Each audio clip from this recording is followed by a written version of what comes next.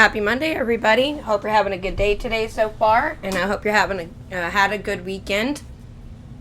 So I'm recording this on Sunday. I usually record my Monday podcast on a Sunday, and I am super excited about starting my new job tomorrow. Last night, my mom took me to go get a really nice new outfit to wear.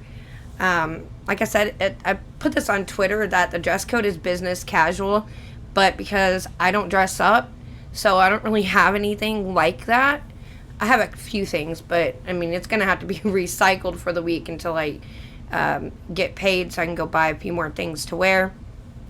But she bought me this really cute, it's like an orangish, tannish color, I guess. I'm not really sure how to describe it. And it's got little gold cacti all over it. I don't know. Out of all the blouses that I looked at when we went to Marshall's, that was the only one that stuck out to me. And I was like, oh, I love this. And so I had to get it.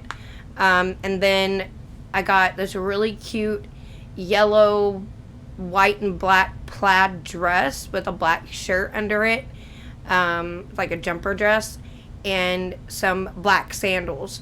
Which, for the record, I need to go and tan my feet.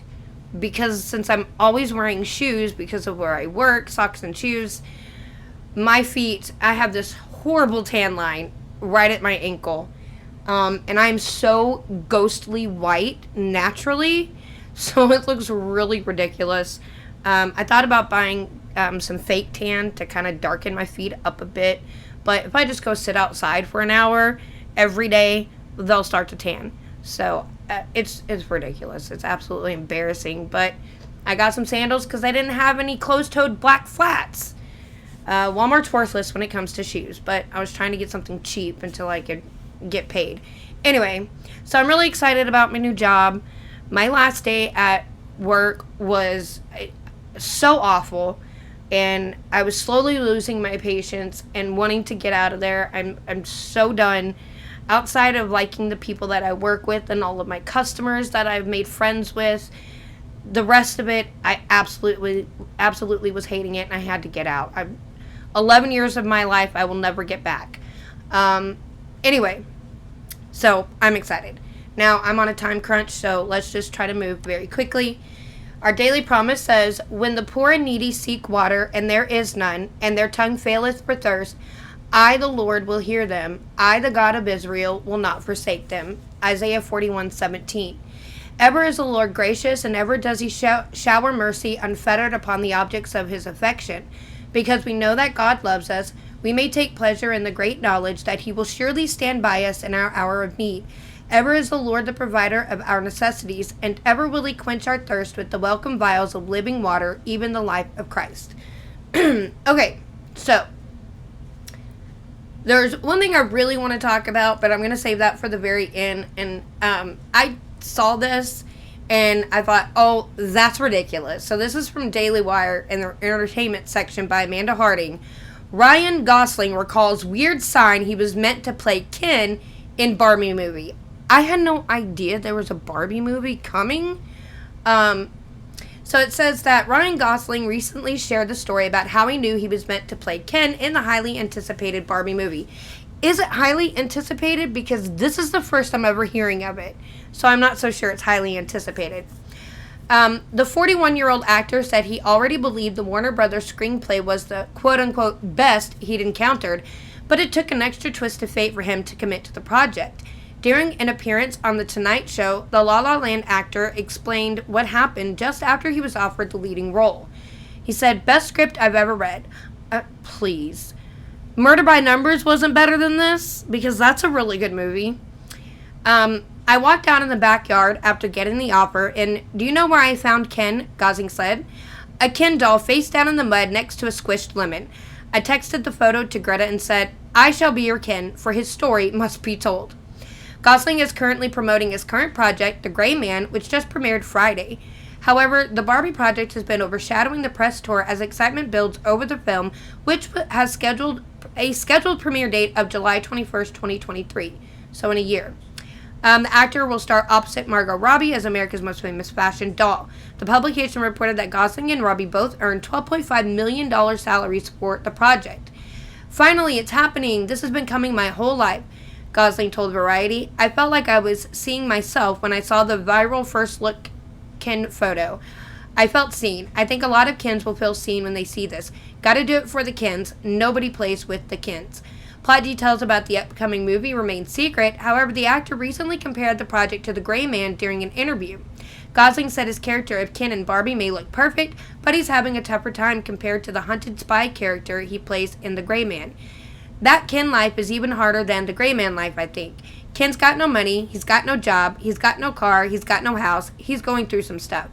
It's not what you think it is, unless it is. And then you know what it is, but I don't think that's what you think it is. Wait, what are we talking about? The actor joked that Mattel would quote-unquote box him up if he let any details of the top-secret movie slip. Earlier this year, co-star Simu Liu described Barbie as wild and incredibly unique, saying, I wish I could just show you what we do day to day because it's crazy. I don't know if he would be my first pick to play Ken, but in this picture, I mean, I guess I kind of see it. So, yeah. So that's that. Ken. Speaking of The Gray Man, I think that's on Netflix, if I'm correct. Because I was pretty sure, I started rewatching The Magicians the other day. And I was pretty sure I saw that on there. But I don't know. And I don't even know what it's about. But I'm assuming it's something about a hunted spy. So, if you want to check that out, and you're highly anticipating the Barbie movie, I most likely will watch it. Most likely. Okay, moving on. Let's talk about this really quickly. New York fishing restrictions may have played a role in recent shark attack spike. This is by John Rigolizzo? I don't know how to say it. Sounds right to me. Now, the reason I brought this up is because Matt Walsh talked about this on his podcast, and I felt like we were kindred spirits in the moment that he was describing his hatred of the ocean, his not understanding of why people get in it. I believe he described it as a deep, dark, salty pool of death. I totally agree. I hate the ocean. I don't like the beach. I won't get in the ocean. I don't like what's in it. So I'm out. I've always said this, if someone offered me a vacation home and they said you can pick the beach or the mountains, I'm taking the mountains all the way. I hate the ocean. So it says, a law to conserve a species of fish may have inadvertently led to a recent uptick in shark attacks in the state of New York. Experts interviewed by the New York Post Thursday said that sharks are returning to the waters off Long Island Sound because of a boom in the population of Atlantic, menhaden? I guess? A species of fish native to the area. That means sharks have been approaching Long Island beaches and in the process have been coming dangerously close to and in some cases biting beachgoers. Quote, the reason why people are interacting with sharks more often this year and more than last year is because of conservation efforts over the years that has protected a food source known as the Atlantic menhaden. Frank Quevedo, executive director of the South Fork Natural History Museum Shark Research and Education Program, told the New York Post. He said, if there's a school of menhaden or a bait fish close to shore and sharks are feeding on that, they're going to fight any way they can or shove other fish out of the way to feed on that food source. So if people are in the middle of that frenzy, they're going to get bitten, and that's what happens. I'm going to also point this out, like Matt pointed out. The reason why people are interacting with sharks. People are not interacting with sharks. They're being attacked by sharks, okay? Let's call it what it is. They're attacks. They may be mild attacks, little nibble attacks, or massive attacks that kill you, but they're attacks. They are not interactions. Interactions would be you purposefully go and swim with the sharks so you can get up close and personal. People are not expecting to interact with sharks when they go to the beach normally. But I mean, I guess we're trying to be inclusive of the sharks, I guess. So these fish are also known as bunker. They're species of bait fish that are eaten by larger fish and sharks. They're commonly used to produce fish oil and fish meal for dietary supplements, animal food, and as an ingredient in other food products. Overfishing decimated the population in the area by 2011. The state legislature unanimously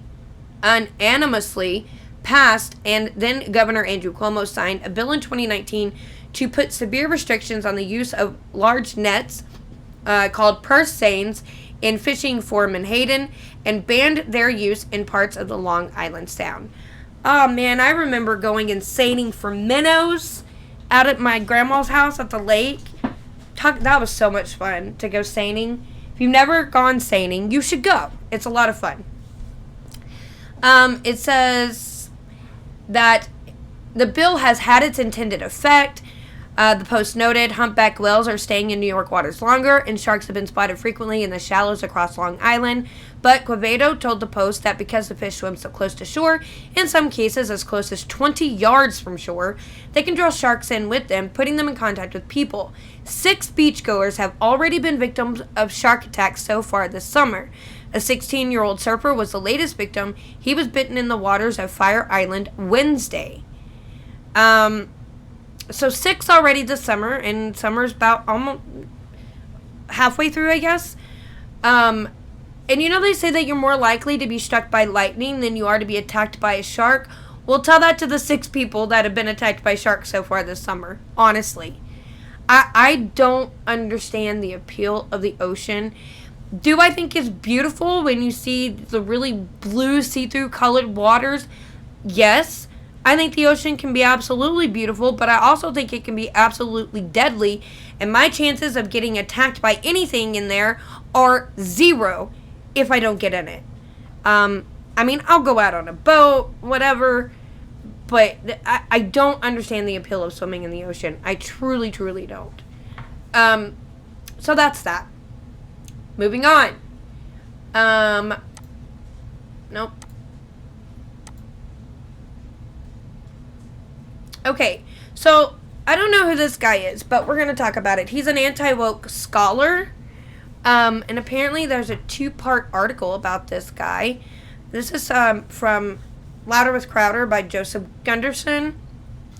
So it says, there are several intellectuals fighting against the radical leftist movement to wokeify Western society. Dr. Jordan Peterson comes to mind, Dr. Gad Saad, and Dr. John McWhorter as well, but one voice seems to be a little louder. Dr. James Lindsay is meeting the problem more head-on and putting the radical Marxists on their heels as he works diligently to combat the destruction of Western civilization, the decimation of our freedoms, and the takeover by totalitarians who would thrust the world into a communist dystopia, and I was able to speak with this man recently. So, quote, we have this naive belief in America that freedom and the Constitution are just going to work, and I don't think that we have that luxury at present. That's under threat. It should, but I don't think we're actually operating in business as usual United States of America anymore, and haven't been for a little while. Okay, so he was asked, could you please explain for those in our audience who don't know how you became rather famous as the sort of anti-woke academic? It really started with the grievance studies affair in earnest. So in 2017 and 18, or you could even say the very end of 2016 into 17, myself and a colleague, Peter Boghossian,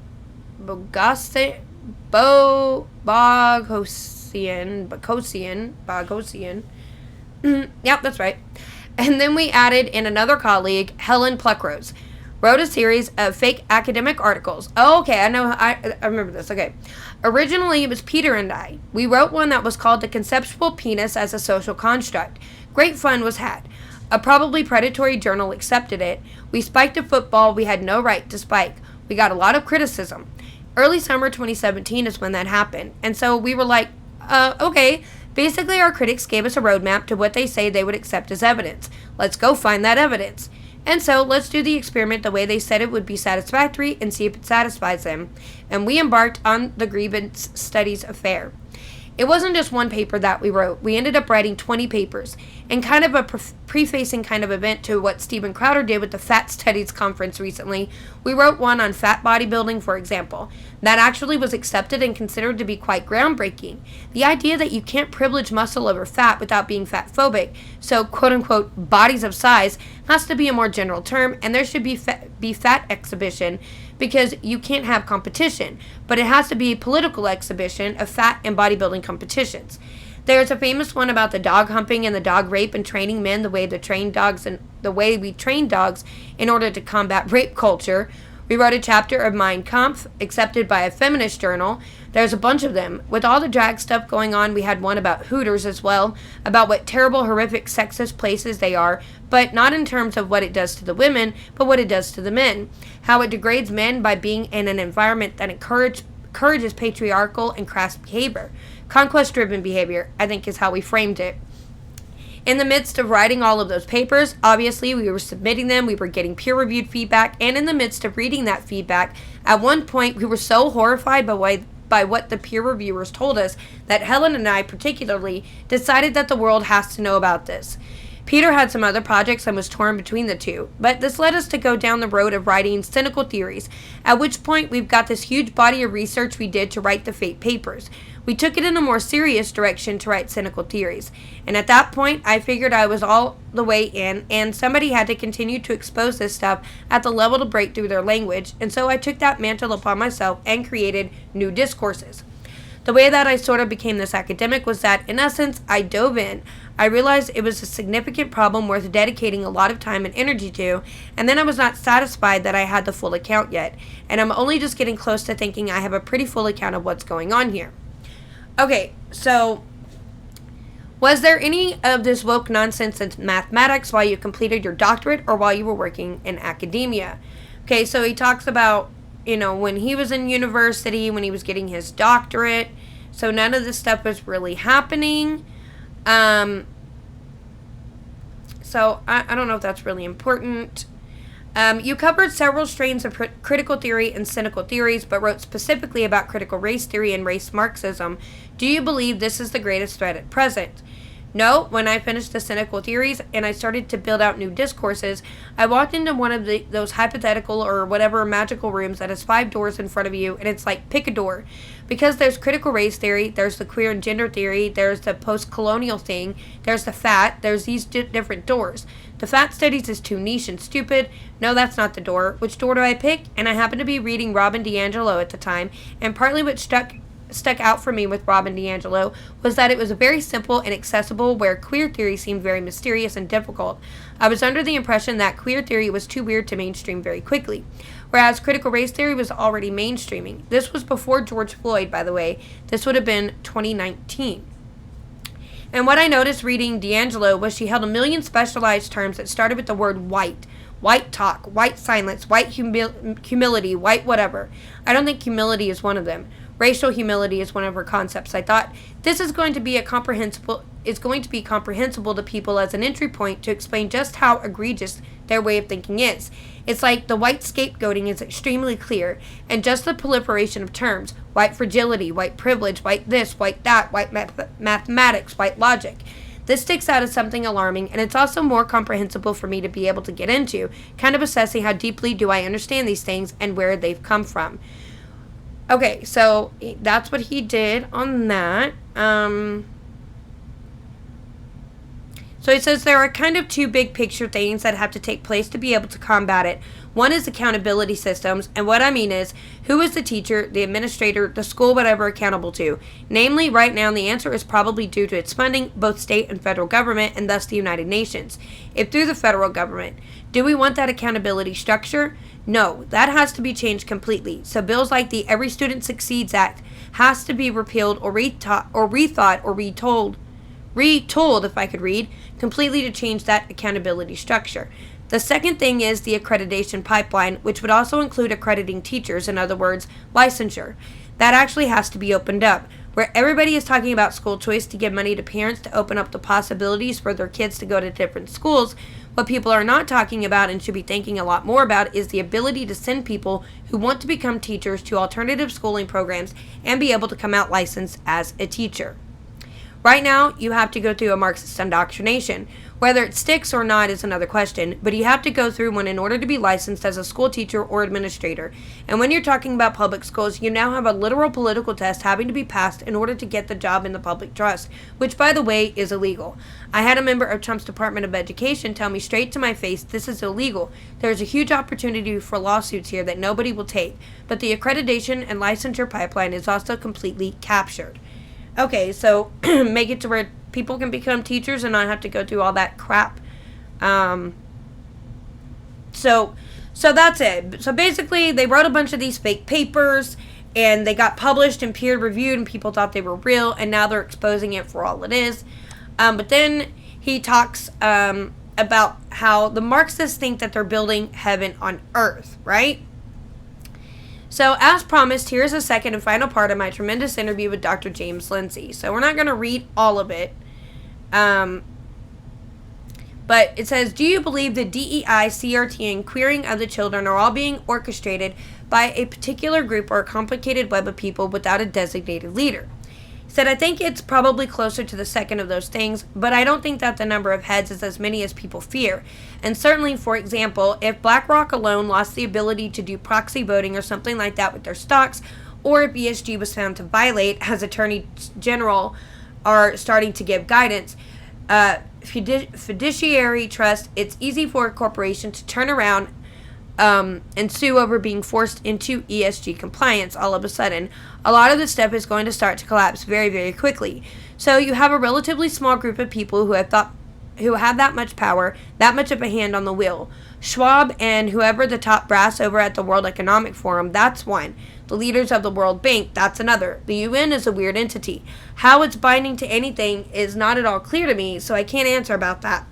Bill Gates has his hand somewhere up there. Some of these other foundations are big enough to where you have to start asking questions.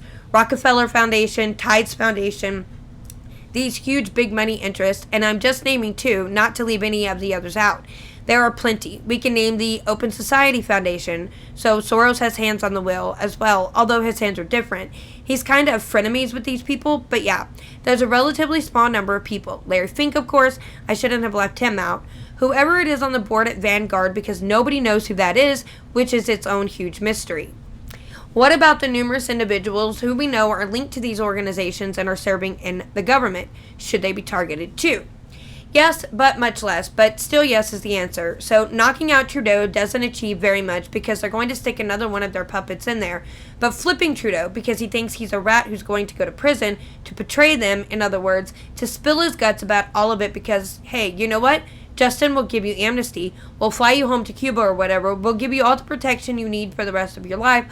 All you have to do is tell us what's really going on here, and you're out scot-free. That comes when the conditions are such that it looks like this thing might topple. They say that's when the rats start jumping ship. So targeting them and making the pressure be on them so that decision weighs more and more heavily on their mind all the time. Yeah, I agree with that too. So, let's talk, like John Kerry and Al Gore, they're never going to give up any information whatsoever, but keeping the pressure on especially the weaker of the puppets, because this is how you knock down a cartel. This is what we're dealing with. This is how RICO works. You start with lower level guys, you bring them in, you make a deal, you get them to talk, you go for higher level guy, you bring them in, you make a deal, you get them to talk, like the dominoes until you get the head. This is how you knock down a cartel. I agree. I think that's a really good thing to do. You spoke on a separate occasion about the creation of the useless class, but if the goal is the Marxist utopia, how will production occur if the lower classes are made literally useless? He says there will be lots of production. Robots. Robots will do the production for the vast majority of the people. This is actually the vision that they have that they're afraid of. That they're afraid of it.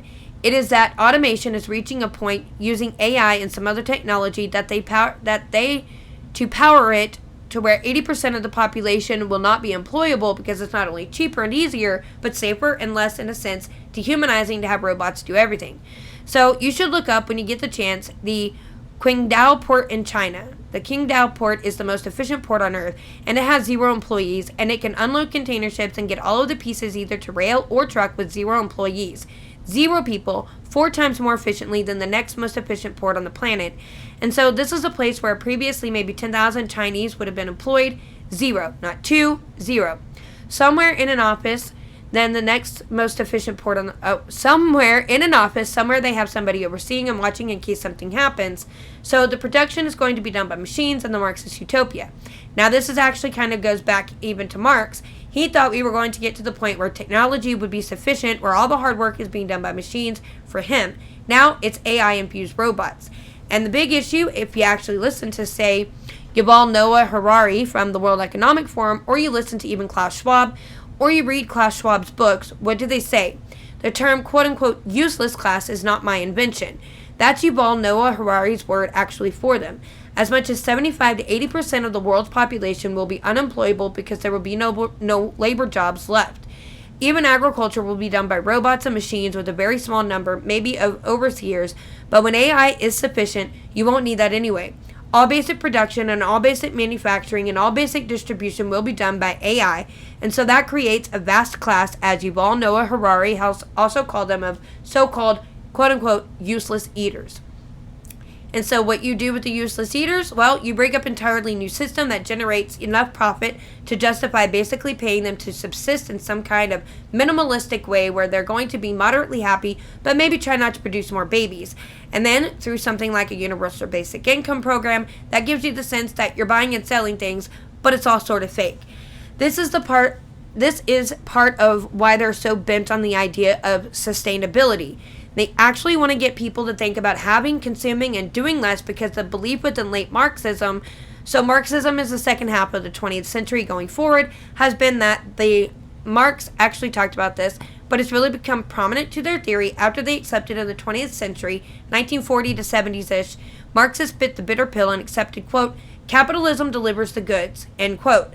That's a direct quote. That's a phrase they use. It allows people to build a better life. It delivers the goods. But what they said is that one of the reasons this is bad, and they had a number of reasons, is that it does so in a way that is not sustainable.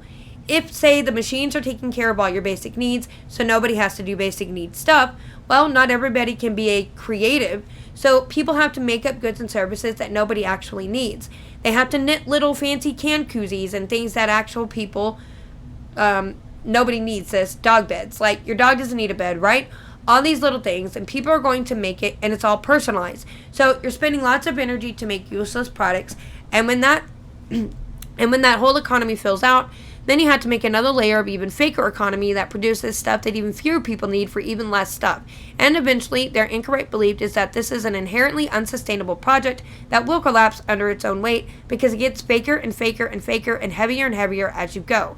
And so when you have now a large number of people displaced from work in a very short time through automation, you have a lot of basic needs are met. Other needs will seem as though they are basic needs, and then those needs will have to be met, and nobody can live without them. And then other needs above those will seem like they're basic needs, and those will have to be met, and nobody can live without them. And eventually, it's just too much to keep going, and you're going to drain all of the material resources of the planet trying to satisfy people's needs for baubles, gadgets, plastic. That's the words that they use, that nobody actually needs. And so it's an inherently unsustainable program. Okay. Anyway, if you want to read the rest of this, I just thought it was interesting. Everything that he's looking into, all of the exposing that he's doing.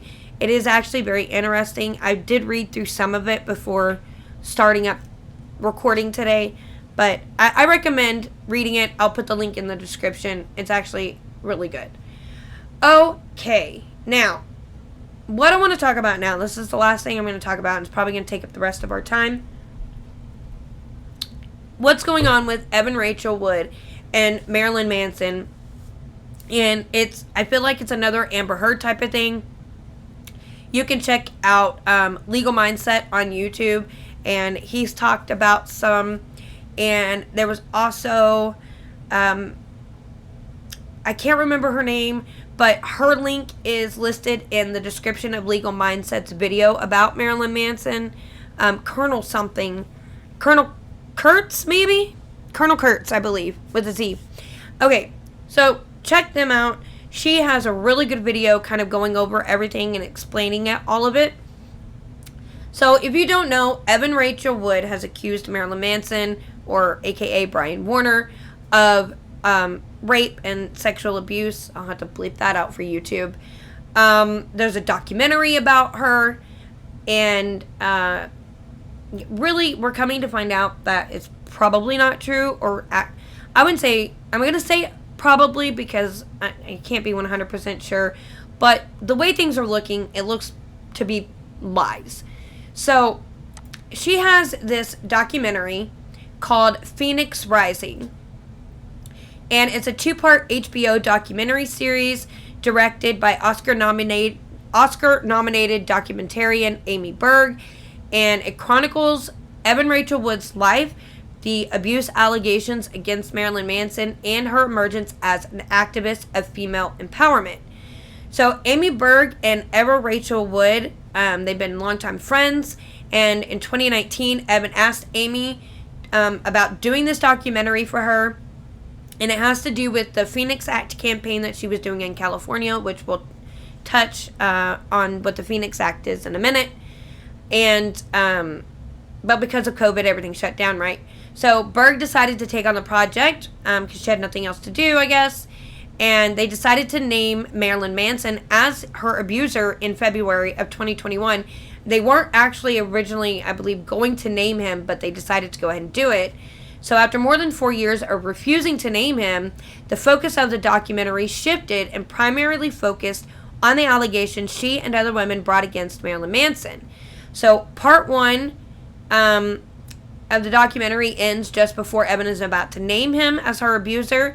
And then part 2 focuses on her decision to come forward after and everything that happens after that. So from 2007 to 2010, Marilyn Manson and Evan Rachel Wood were in an on and off relationship, and it included an 8-month engagement from 2011 to 2016. So Evan Rachel Wood came out as bisexual. She began campaigning to educate the public about that. In the summer of 2016, she became more radicalized due to the political atmosphere, supposedly. And she began a career as an activist. She linked her bisexuality advocacy with abuse she allegedly suffered. However, when Donald Trump was elected on the 8th of November, Evan's world came crashing down on her. She realized she needed to help save America. Of course she did. So she decided to notify Rolling Stone, and she had been working with them on a story about her abuse, and they told her that it would not be a cover story. She said she'd been raped by 2 different men, but refused to name them. So this added more information that wasn't enough to get her the cover story she wanted. She used her social media platform to talk more and more about it, and it eventually brought her testimony of sexual assault before Congress in 2018. So after entering into a relationship with artist and known grifter Ilma Gore in 2019, together they took Evan's message to launch the Phoenix Act, and it's a law that extends the statute of limitations for victims of sexual abuse. And before California lawmakers in 2019, she testified on behalf of the Phoenix Act, and it passed. Look, great. So evil people can sometimes do good things. I think it's great to extend the statute of limitations. I don't really know if there should be a statute of limitations on sexual abuse. So I think it's a good act. I don't know what's all in it, but the premise of it is decent, but it probably has stuff in it that's probably very terrible. I haven't looked into it. But regardless of that, the premise of extending that, I think, is a good thing. So her message begins with a simple premise and can be summed up in one line. All men are raised to be rapists, and all women are raised to be raped. Ridiculous. So when Donald Trump was elected, she saw his relationship with America through this lens, and she thought of Donald Trump as raping the American people, and even used her platform as an alleged rape survivor to make herself an ideal candidate to communicate with Donald Trump supporters that she viewed as rape victims like herself. And in the early days when she talked about her alleged abuse, she spoke of her alleged abuser primarily as an analogy of Donald Trump. This thought process was a complete failure. She had no success, but she had great success with the passing of the Phoenix Act. And this is when she began to make plans to focus less on Trump and focus more on naming her alleged abuser and redeeming her status as an activist.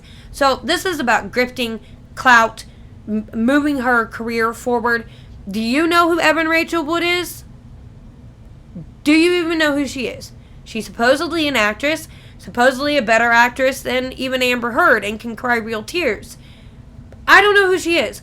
The only reason I know that name is because of this, and I've heard that name in the past when she back when she was dating Marilyn Manson, when you would see it like on TMZ when it was up on at work on the TV. But I don't know what she's in. I've never seen any of her movies. So there is a website that is called Marilyn Manson Uncancelled, and it's the product of an in-depth investigation on the allegations brought against Marilyn Manson by Evan Rachel Wood and other women. And based on all the current evidence, Evan Rachel Wood does not come out as a phoenix as she wants everyone to think, but she comes off as a phony ex who manipulated and lied to raise her activist platform to empower women by taking on an image of a survivor. Sound familiar? Amber Heard? We're going to start calling women that do this, what should we call it? Amber Turding? Oh, she pulled an Amber Turd, right? Okay. So currently there are 4 lawsuits against Marilyn Manson from 4 other women, but due to the statute of limitations law in California, Evan Rachel Wood has run out of time in seeking justice for herself, so she's decided to bring Marilyn Manson to trial through various media sources, social media publications, and the documentary. So while Marilyn Manson Uncancelled has and will continue to address everything as a whole, the website will focus solely on the documentary Phoenix Rising. This website here that we're on right now. Okay? Checking out Marilyn Manson Uncancelled, which I will link it in the description below. So we have our accusers here. You have Evan Rachel Wood. I keep wanting to say her name wrong.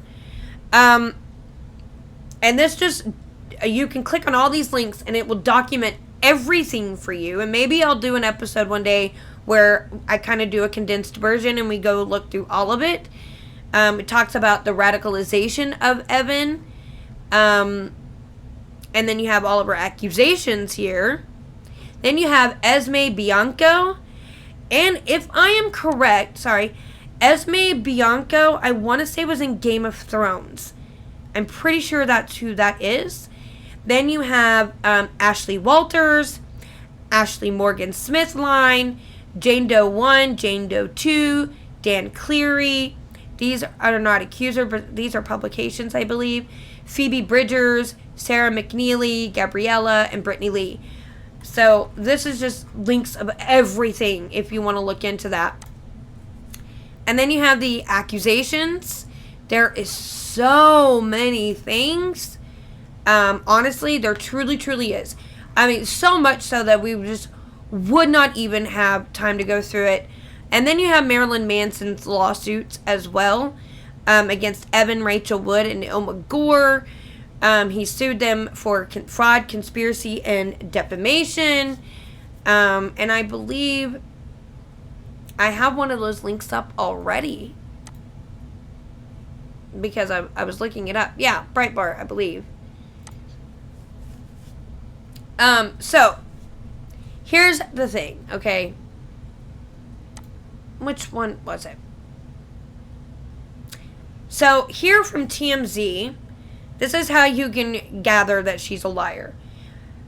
Evan Rachel Wood falsely posed as an FBI agent, okay?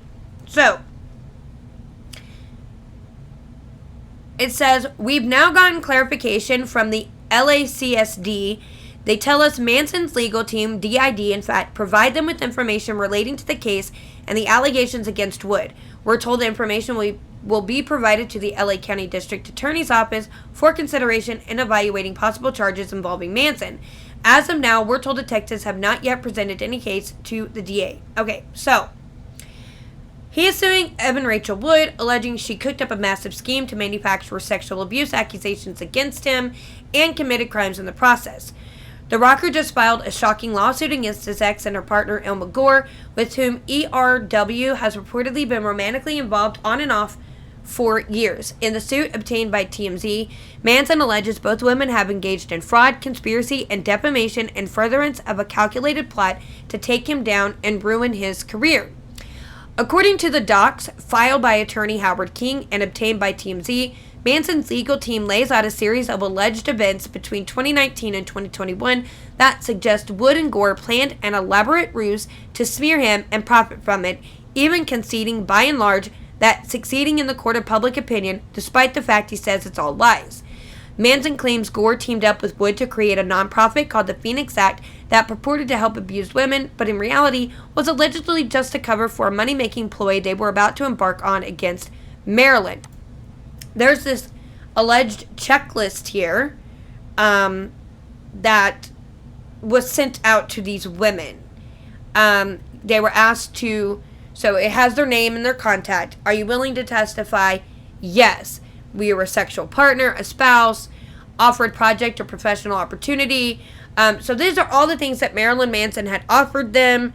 They were trying to get their story straight, okay? This is whoever this particular one is.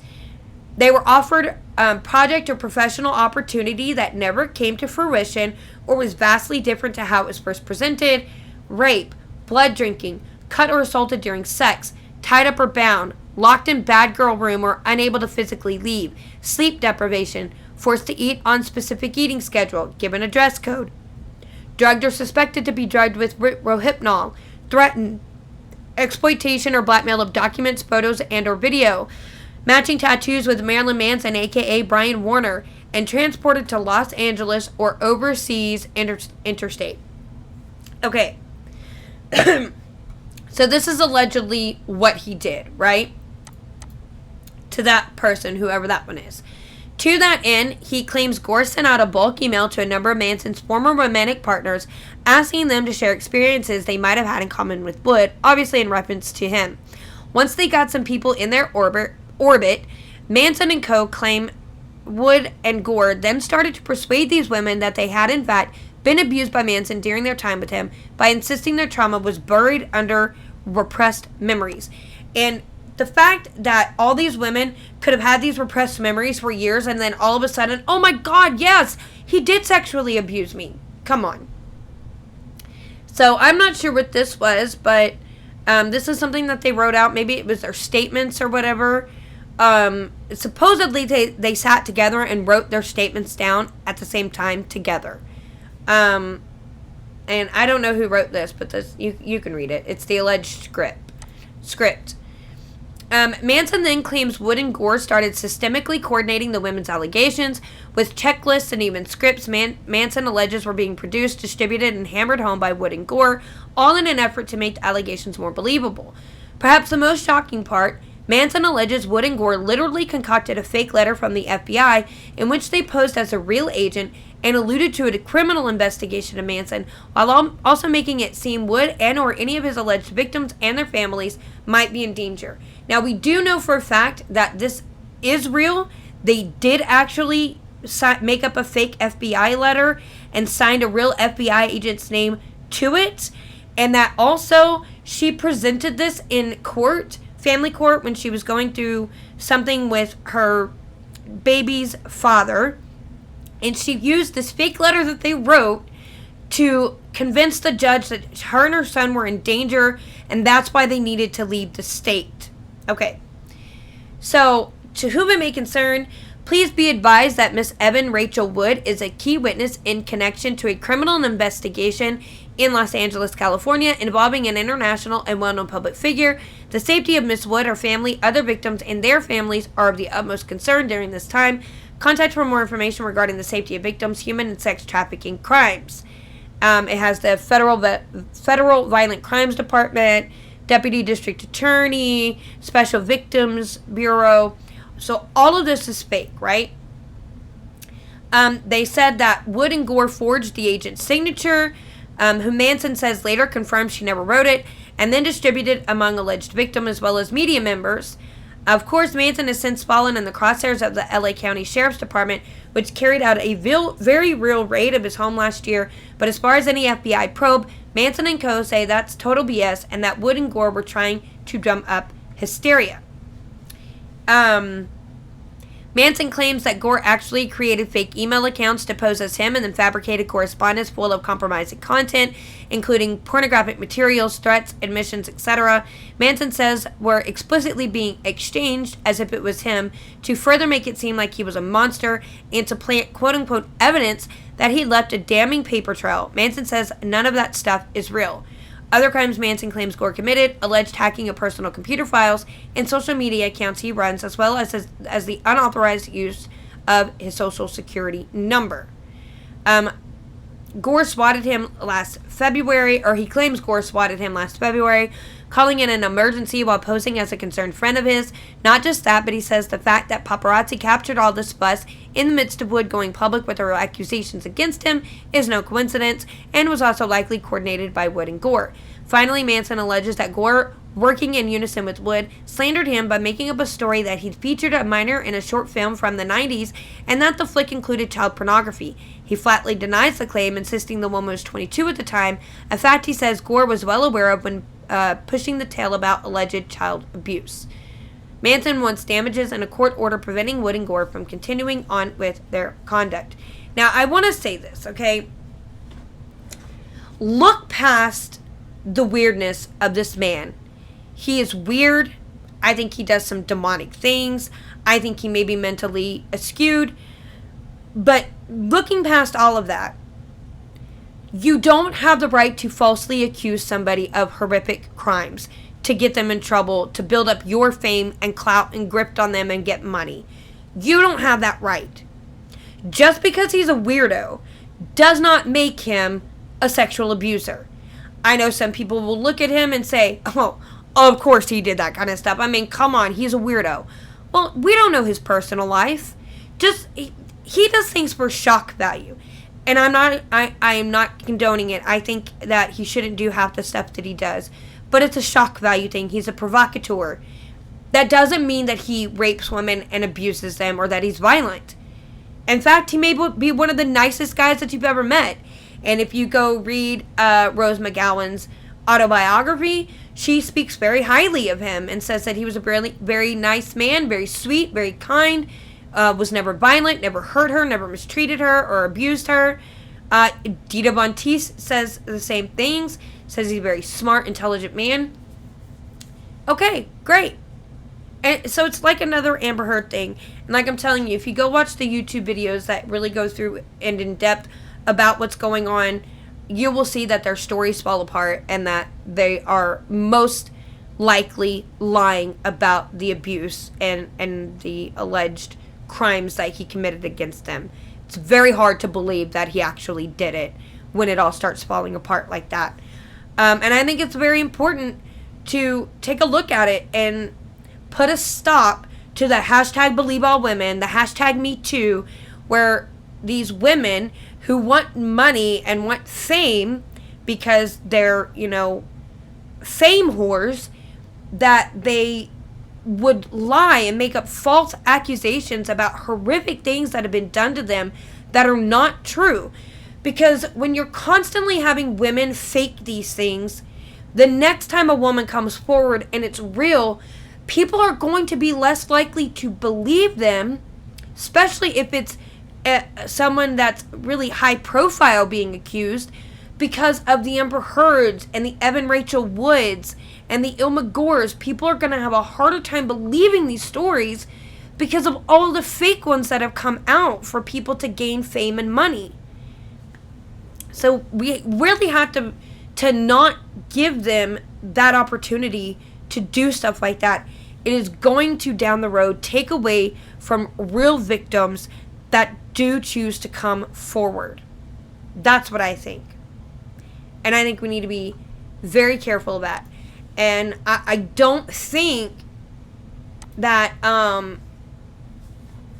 that we should automatically assume that he does things like that because of the way he looks or the music he makes. I don't think that we should be doing that. So, I'm going to keep an eye on it. I think I am going to put together a video where we go through this website here and kind of look into everything on there some of the most serious allegations and defamations that's going on.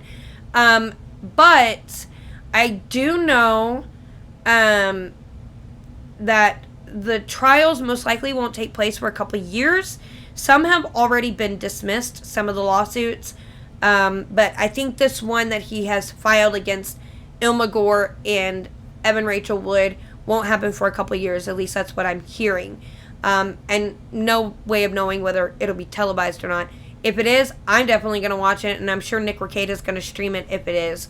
So yeah, I think that I will get together with this website and put some things together and go a little more in depth into what's going on, because I'm sick and tired of women lying about men and making up all of these fake stories. I'm tired of that, and I think it puts a bad rap on women who aren't like that, and it makes men more suspicious of all women. It shouldn't, but I mean, that's just how the human psyche works. And I think that's why you see a lot of guys not approaching women, not wanting to date, not wanting to get married, because of this. They're afraid of this happening. Their lives being ruined because of lies being told by the women they were with. It's a very dangerous precedent to be setting, and we really need to get to the bottom of it and put a stop to it. So I am going to be a part of that movement of hashtag some women are liars. So yeah. Anyway, I think I'm going to end the episode here, and I hope you had a good time hanging out with me. Please go to my YouTube channel, subscribe, hit the notification bell, go check out all my other videos and stuff. I'm trying not to get taken down over there. Again, I've been up for, this will be my second one since I got banned. You can go to my Rumble channel, subscribe there, that would be great. You can leave me comments, you can write me. My link tree is in the description. You can get to my social media accounts. I am most active on Twitter, so you can check me out there and talk to me there if you want to. If you have any ideas of things to talk about, let me know. You can email me. I think my email is in there, gottasay21@gmail.com. And yeah, just come be a part of my community. I'm trying to build it up. If you haven't been here before, you'll know that I had a podcast through Anchor that was being distributed out, and it had been going for a year, and it was doing pretty decently, and then all of a sudden they deleted it because I had supposedly hateful content in my podcast. And so I lost all of that hard work for a year. So I'm really trying. So all of your support means a lot to me, so I really, really do appreciate it. And I hope you have a good rest of your day, and I will see you back here next week. And, keep up with my Twitter if you want to know how my new job is going. Anyway, I hope you have a good rest of your day, and God bless.